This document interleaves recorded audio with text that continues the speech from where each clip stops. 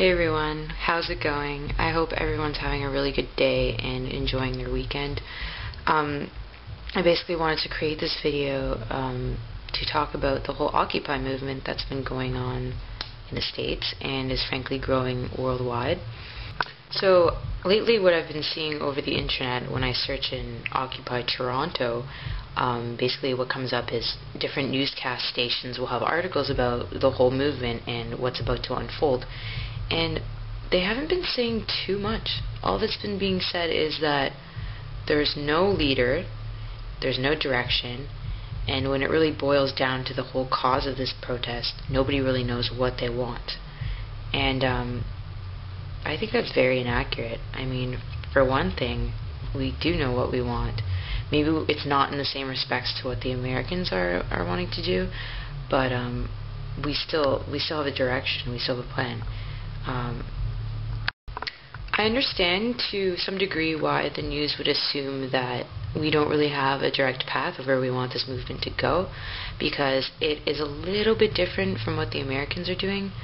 Our southern counterpart went through a huge recession in 2008, which was basically almost as bad as the Great Depression, and we kind of bounced back. Our economy is in a healthier state, but there's still a multitude of issues at hand that need to be protested about and that people want to talk about.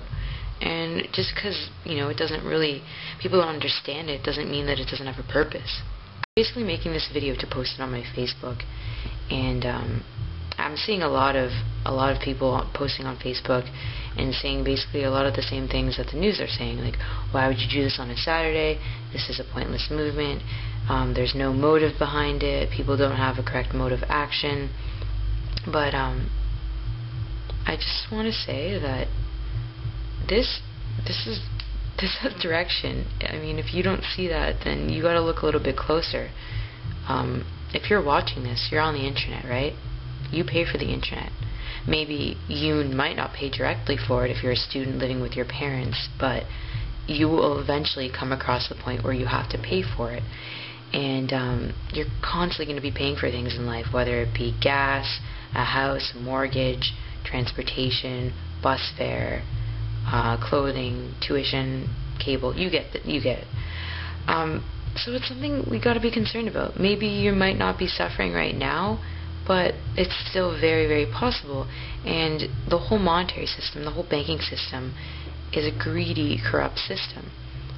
And the reason why people want to do this whole protest is because they want to really bring it up into the public eye. We are the public, and we want to make it known that this isn't right.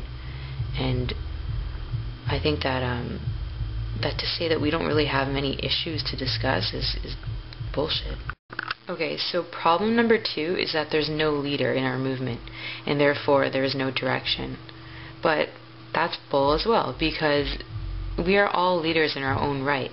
We all have power as individuals, and when we come together, we're a band of leaders. And to say that, we don't really have any direction because of that is kind of silly. I mean, everybody's their own leader, right? If you want to get anything done in your life, you have to take the initiative yourself to make sure you do it. You don't just wait for somebody and keep waiting and waiting and waiting for that person to come by and do it for you. No, you don't. You don't wait for somebody to step up to the plate. You just do it yourself. That's how you get things done. This is our time, and this is our movement. So if you feel like this really resonates with you, and if you feel like you really care for this, then get involved.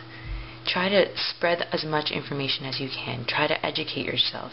I mean, maybe you feel like you don't want to go to the protest because you don't really fully understand everything about it, and maybe you don't speak political jargon, but neither do I. But I understand the gist of it, and I understand the importance of it.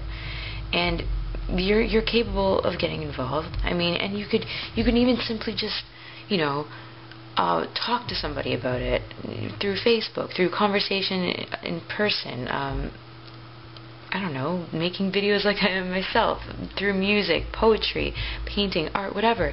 Like, it's an endless list, and it's possible. So just really try to get your voice out there, and try to, at least if you're not going to come to the protests, make your voice heard. Spread the information. So many people are also hesitant to go because of the whole G20 rally that happened in Toronto in summer 2010, which is understandable because I know a lot of people who went there and just, went there to go take some pictures or hold some nice signs with positive messages on them, and they ended up getting detained. And obviously that's no fun. Nobody wants to be jailed for like a countless amount of hours, but that shouldn't hold you back from expressing yourself, hold you back for fighting something that has a great cause to it. Be strong in your stance. That's all I can say. And be peaceful. If you see other people, being aggressive and violent, don't accept the aggression and don't accept the violence. Just be peaceful in your own right, and just kind of stick to that. Stick to your guns. Don't adhere to all the other stuff, because who knows, it could be an undercover cop trying to provoke the masses. And even if it isn't an undie, it could be just a regular person. But just stick to your guns. You know what I mean? Like, just stay good, remain peaceful, and just be. And occupy love. Do it with love. Okay? Thanks for watching, guys. I really appreciate it, and I hope everyone's doing well. I love you.